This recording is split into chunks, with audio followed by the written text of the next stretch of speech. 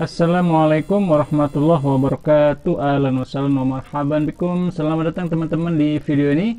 Bagi Anda yang baru pertama kali mampir, jangan lupa klik tombol like dan subscribe dulu bagi yang belum. Dan kali ini saya akan menceritakan ya teman-teman, seperti apa sih proses kegiatan ya atau mungkin kalau di bahasa orang-orang di luar pesantren itu namanya ospek ya, ospek atau MOS, masa orientasi siswa di Pondok Modern Darussalam Gontor. Oke, mau tahu seperti apa ya? Silakan tonton video ini sampai habis. Ya teman-teman, kita sudah di Sarangan. Nah ini dia suasana. Teman-teman sekalian,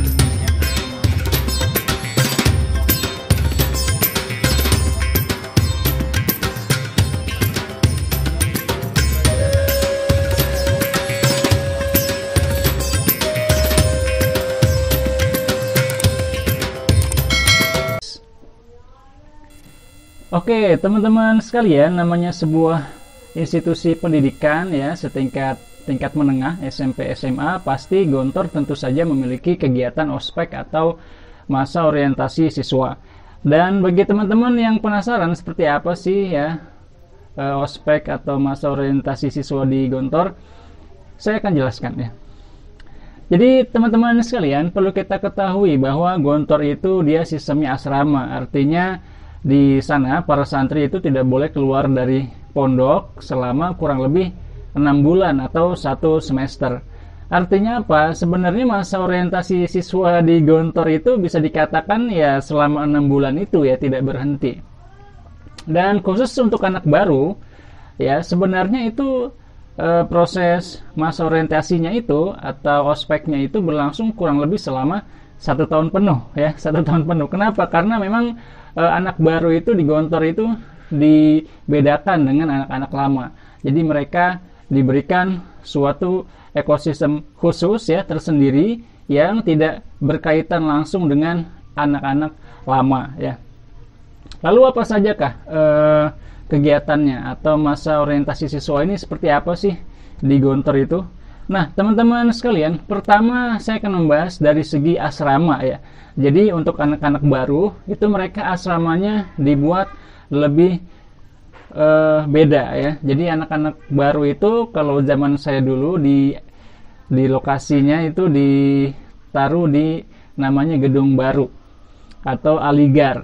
Nah Gedung Baru ini ada 2 lantai ya, ada yang lantai 2, lantai 1. Kalau di zaman saya dulu kita di Gedung Aligar lantai 2 ya. Saya kebetulan lulusan SMP ya, jadi saya masuk ke sana itu di tingkat aliyahnya. Dan kalau di sana kita pakai sistem intensif ya, jadi saya kelas 1 intensif, 3 intensif, kemudian 5 dan 6. Nah dan di sana ya ada beberapa asrama. Jadi bukan hanya di Gedung Baru atau Aligar itu, ada juga namanya Gedung Wisma Hadi, kemudian ada juga Darul Hijroh ya. Dan untuk anak-anak yang sigor atau yang masih kecil ya, usia lulus SD, yang mereka mau masuk SMP, maka mereka biasanya di Gedung Baru Sigor. Jadi kalau waktu zaman saya, Gedung Baru Kibarnya itu di atas, Gedung Baru Sigornya anak-anak yang lulusan SD di bawah, di lantai 1. Dan selain itu ada juga sebagian anak baru yang tinggal di asrama Wisma Hadi dan Darul Hijroh. Dan kalau sekarang saya belum tahu pasti lagi ya asramanya apa saja.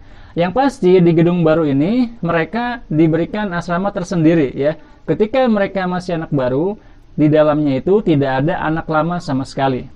Kenapa? Karena dijaga pergaulannya ya, supaya tidak terkontaminasi dengan pergaulan-pergaulan yang buruk ya. Dan di sana teman-teman sekalian, di asrama itu ini kamarnya bervariasi ya, ada yang besar, ada yang kecil. Dan kalau waktu saya pertama kali di Gontor 2005 ya, saya masuk Gontor 1. Kemudian di sana itu kita ada di kamar 9 itu banyak orangnya teman-teman. Jadi satu kamar itu bisa 40 orang. Tapi kamarnya ukurannya besar ya. Dan di sana saya tinggal bareng teman-teman ya banyak. Dan kalau di Gontor itu ya, kalau teman-teman mungkin yang belum pernah masuk kamar Gontor, dan memang dilarang ya untuk wali murid untuk naik dan masuk ke kamar santri, itu dilarang, memang tidak boleh ya. Jadi itu memang kalau di Gontor itu kita masing-masing punya satu kotak lemari. Nah, satu kotak lemari itu isinya semua peralatan kita harus masuk situ ya, muat nggak muat harus cukup. Jadi buku, kemudian alat mandi, alat tulis, pakaian, bahkan sampai sabun cuci, sabun mandi, segala macam ya, semuanya harus masuk ke dalam kotak itu. Jadi kotaknya tidak terlalu besar ya, mungkin semeter kali setengah ya, sekitar itu. Dan kita tidurnya itu di atas kasur ya, kasur gelaran itu ya, yang tipis segini lah ya. Ya, semuanya tidur di lantai. Jadi kita tidurnya berdempet-dempet ya, kurang lebih hampir semua lantai di kamar itu kepake ya untuk kita tidur. Di kiri kanan kita sudah teman-teman kita. Nah, asrama anak baru ini disiplinnya beda teman-teman dengan anak-anak lama. Jadi kalau di anak lama itu disiplinnya lebih longgar, kalau di anak baru ini luar biasa ketat ya, disiplinnya luar biasa ketat. Jadi apa saja ya teman-teman. Nah, bahkan kalau kita jadi ketua kamar ya, saya waktu di Gedung Baru Kibar itu jadi ketua kamar. Ya, kebetulan saya jadi ketua kamar terus ya. Dan di Gedung Baru Kibar itu di semester 2 saya jadi ketua kamar. Semester 1 saya bukan ketua kamar. Dan itu kegiatannya luar biasa teman-teman. Kalau kita jadi ketua kamar, itu kita setiap waktu sholat ya, terutama zuhur dan asar, itu kita kumpul. Rapat ya, rapat ketua kamar. Itu hampir setiap hari saya rapat ketua kamar itu. Dan isinya pengumuman. Ya, pengumuman banyak sekali. Jadi anak baru itu harus pakai papan nama ya di sini, nggak boleh lepas. Kemudian kalau makan, kita makannya dikhususkan ya di dapur umum lantai 2. Kalau mandi harus di tempat kamar mandi anak baru ya, tidak boleh gabung ke anak lama. Termasuk anak baru itu teman-teman tidak boleh ikut ekskul. Ya, tidak boleh ikut ekskul, misalkan basket atau mungkin pingpong ya dan lain sebagainya, itu tidak boleh, kecuali ada beberapa seperti baris berbaris ya, ekskulnya koordinator pramuka. Nah, kalau pramuka wajib ya, kalau di Gontor semua wajib pramuka. Jadi saya juga begini-begini pembina ya. Pernah ikut KMD gitu ya. Nah, begitu teman-teman. Jadi memang dibuat ekosistem seperti itu. Dan itu peraturannya banyak sekali. Jadi setiap saya habis rapat bersama ketua kamar yang lain, saya umumkan di depan teman-teman. Nah, itu begitu kejadiannya hampir setiap hari. Bahkan nanti maghrib atau isya ya, itu kadang ada rapat lagi saya, kemudian pengumuman lagi. Jadi hampir setiap hari rapat, luar biasa padat ya. Dan di asrama kita, teman-teman, itu ada pengurus asramanya. Pengurus asramanya siapa? Pengurus asramanya itu tidak lain dan tidak bukan adalah kakak kelas kita, teman-teman. Jadi bukan ustadz ya, tapi kakak kelas itu mereka usia 2 tahun di atas kita. Jadi kalau saya ke kelas 1 intensif, kakak kelas kita kelas 5. Ya, jadi kalau yang intensif kan 1 intensif, lompat 3 intensif, lompat kelas 5. Kalau yang dari kelas biasa 1, 2, 3, 4, 5. Nah, anak-anak kelas 5 inilah yang berkuasa ya, mengurus kita, menjaga kita, mendidik kita dari awal bangun pagi sampai tidur lagi. Dan kita memang benar-benar 24 jam di asrama, teman-teman ya. Jadi kita bangun itu kurang lebih jam 3:30 ya, sudah bangun, siap-siap sholat. Kemudian nanti setelah subuh ya, sebelum subuh kita ngaji, baca Quran. Kemudian subuh, sholat, habis itu ada namanya ilqa mufrodat atau pemberian kosakata. Jadi anak baru di Gontor ya, itu kita dikasih waktu hanya 3 bulan.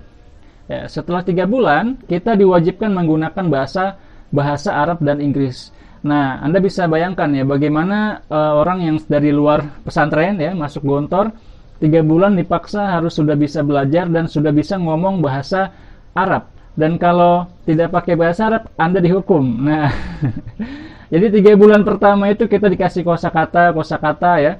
Kalau kita masih ngomong bahasa Indonesia, kita masih dimaklumi. Dan di Gontor itu mereka menggunakan sistem 2 minggu, 2 minggu. Artinya 2 minggu wajib berbahasa Arab, 2 minggu wajib berbahasa Inggris. 2 minggu bahasa Arab, 2 minggu bahasa Inggris. Dan begitu seterusnya. Dan kalau Anda ngomong bahasa Arab di minggu Inggris, itu Anda dihukum. Ya. Jadi kalau Anda di minggu Inggris itu Anda harus ngomong bahasa Inggris saja. Tapi kalau Anda ngomong bahasa Inggris di minggu bahasa Arab, itu Anda tidak dihukum. Dan kalau Anda ngomong bahasa Indonesia, ya, di minggu manapun, minggu Arab, minggu Inggris, Anda akan dihukum. Dan kalau Anda bicara bahasa daerah, nah ini lebih parah lagi, Anda bisa dibotak. Nah, jadi botak itu hukuman yang cukup atas ya, cukup parah kalau di Gontor. Nah, begitu teman-teman. Jadi kita dibuat disiplin sedemikian rupa ya. Dan nanti setiap maghrib ya, itu ada namanya mahkamah. Apa itu mahkamah? Jadi anak-anak yang ketahuan berbahasa Indonesia ya, kemudian dia akan dihukum. Nah, begitu. Termasuk juga ada mahkamah lagi nanti di dalam setiap 1 minggu itu ada mahkamah juga yang berkaitan dengan disiplin ya. Jadi yang disiplinnya kena ya, dia kurang disiplin, maka nanti ada hukumannya juga. Jadi luar biasa ketat ya. Jadi kalau di anak baru itu memang luar biasa padat, dan memang kita motivasi terus untuk bisa berbahasa Arab Inggris ya sejak tahun pertama. Nah teman-teman, itu kalau di asrama ya, kalau di asrama. Dan kalau di sekolah atau di kelas itu kita juga masih menggunakan bahasa Indonesia ya. Ini di semester pertama ya, saya sebagai anak intensif masih pakai bahasa Indonesia pelajarannya ya, di kelas masih pakai bahasa Indonesia. Dan selanjutnya, selain ada tadi kegiatan bahasa tadi ya, itu juga ada lari pagi teman-teman. Jadi kalau kita hari Selasa dan Jumat ya, itu setelah subuh itu tidak ada pemberian kosakata, tapi kita lari pagi. Nah ini lari pagi bareng sama anak-anak sekamar ya. Nah itu biasanya ada sambil nyanyi-nyanyinya ya, jadi banyak lagu-lagunya. Nah selain itu teman-teman, ada juga kegiatan pidato 3 bahasa ya, atau muhadharah. Kalau di hari Minggu itu pakai bahasa Inggris ya, Minggu malam. Kalau hari Kamis siang itu pakai bahasa Arab ya. Kamis malam atau malam Jumat itu pakai bahasa Indonesia. Jadi ada 3 kali muhadharah. Dan yang saya ingat ya dari pengalaman di tahun pertama itu, memang itu pondasi banget teman-teman. Dan saya alhamdulillah berkat lingkungan seperti itu dan juga motivasi dari banyak orang ya, dari keluarga juga, itu saya 6 bulan sudah lancar bicara bahasa Arab. 6 bulan ya. Padahal kalau sebelumnya kan di Sanawiyah ya, saya sebelumnya di Sanawiyah, Madrasah Pembangunan di Ciputat, itu saya belajar bahasa Arab tidak sampai bisa bicara ya. Tetapi ketika di Gontor, karena lingkungannya begitu mendukung ya, dan di sana teman-teman perlu ketahui juga, semua pengumuman itu berbahasa Arab. Jadi setiap hari ada pengumuman di masjid ya, atau di pengeras suara, itu semuanya berbahasa Arab. Kalau di minggu Arab pakai bahasa Arab, di minggu Inggris pakai bahasa Inggris. Nah sistem seperti ini teman-teman ternyata sangat efektif ya. Jadi kita juga setelah dikasih kosakata ya, sehari kita dikasih 3 kosakata, dan itu diwajibkan untuk membuat kalimat dengan kosakata itu. Dan yang menarik juga, di setiap hari Selasa dan Jumat itu ada namanya tasjil lugoh ya. Tasjil lugoh itu motivasi bahasa. Nanti ada orang dari kakak kelas ya, dari penggerak bahasa pusat akan datang kepada kita, kemudian nanti memberikan motivasi kepada kita. Nah termasuk juga ekskul yang dibolehkan untuk anak baru, itu salah satunya adalah kursus bahasa. Nah itu yang saya ikuti juga, kursus bahasa. Dan saya kaget ya waktu pertama kali ke Gontor itu melihat, kok kakak kelas ini kok lancar-lancar banget bahasa Arabnya begitu ya. Saya kaget, benar-benar kaget, karena di luar saya nggak pernah melihat seperti itu ya. Orang-orang mungkin pakai bahasa Inggris sudah biasa, tapi kalau di Gontor itu bahasa Inggris bisa, bahasa Arab bisa. Dan yang bisa itu bukan yang sudah senior-senior, bukan ya, masih kakak kelas kita, jarak 2 tahun 3 tahun dari kita, itu mereka sudah lancar sekali. Nah itulah yang membuat saya pribadi merasa termotivasi ya, melihat senior-senior kok bahasanya bagus-bagus banget ya. Ada namanya Ustadz Mukhlis Ilyas ya, itu luar biasa menginspirasi saya sejak saya anak baru. Nah, ini beliau ini sudah jadi pengurus kursus bahasa asing ya, kursus Ainu Syams namanya. Padahal beliau juga seorang ketua asrama di gedung Wisma Hadi ya. Nah, itu luar biasa. Kemudian banyak sekali ya kakak-kakak kelas kita yang di bagian bahasa itu menginspirasi saya. Makanya saya ketika anak baru itu saya punya cita-cita ya, ingin menjadi pengurus bahasa pusat. Nah, jadi kalau di asrama itu ada pengurus asrama, pengurus bahasa di asrama, nanti ada lagi atasannya lagi, yaitu pengurus bahasa pusat. Kalau di Gontor disebutnya CLA ya, Central Language Improvement, atau Center for Language Improvement, pusat pengembangan bahasa, atau pusat peningkatan kemampuan bahasa, begitulah ya. Ada organisasinya. Itu sebenarnya masuk ke dalam organisasi pelajar pondok modern ya. Nah, itu saya ingat sekali, saya catat, saya tulis di buku saya. Dan alhamdulillah kejadian ya, setelah saya kelas 6 ya, saya ditugaskan menjadi salah satu pengurus penggerak bahasa pusat. Ya, itu teman-teman pengalaman di tahun pertama.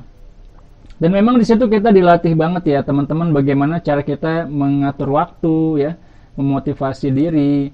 Bahkan di sana memang istirahatnya sangat terbatas ya. Jadi kalau kita mau istirahat harus cari-cari waktu. Bahkan karena saking capeknya banyak juga yang tewas di kelas ya, karena nggak kuat akhirnya pada tertidur di kelas. Dan tetapi itu tidak mengurangi semangat kita ya. Dan nanti ketika menjelang ujian ya itu biasanya juga ada ustadz yang keliling ya membantu kita. Nah, ini terutama di satu semester pertama. Satu semester pertama itu menurut saya lebih ringan ya, lebih ringan daripada semester kedua. Kenapa? Karena bagi anak-anak intensif itu pelajarannya masih bahasa Indonesia. Tetapi dengan pondasi kaidah bahasa ya, pelajaran bahasa yang diberikan itu sangat membantu kita ya untuk bisa melanjutkan ke semester 2 yang nanti full bahasa Arab. Ya, itu teman-teman, bagaimana sih pendidikan di Gontor seperti itu di tahun pertama, ospeknya seperti itu, dan itu kegiatan-kegiatan itu berlangsung kurang lebih selama setahun ya, selama setahun. Dan nanti kalau di tahun selanjutnya agak berbeda ya, kondisinya agak berbeda. Mungkin nanti saya buatkan vlog tersendiri tentang itu ya. Oke teman-teman, itu dia, dan saya berterima kasih sekali ya kepada semua senior-senior saya, kakak-kakak kelas yang sudah membimbing saya, termasuk juga para asatid di tahun pertama saya itu Ustadz Ikhwan Mahmudi, doktor ya, sekarang sudah doktor, beliau luar biasa, dosen di Unida. Nah, itulah membimbing saya bagaimana memahami bahasa Arab dari sedikit demi sedikit ya, lama-lama sampai bisa menggunakan dalam percakapan maupun tulisan.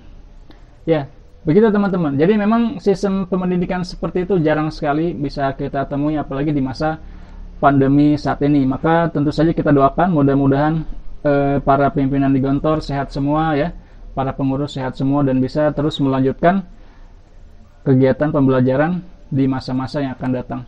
Terima kasih teman-teman sudah nonton video ini sampai habis. Jangan lupa klik tombol like dan subscribe bagi yang belum. Dan sampai ketemu lagi insya Allah di video-video selanjutnya. Wassalamualaikum warahmatullahi wabarakatuh.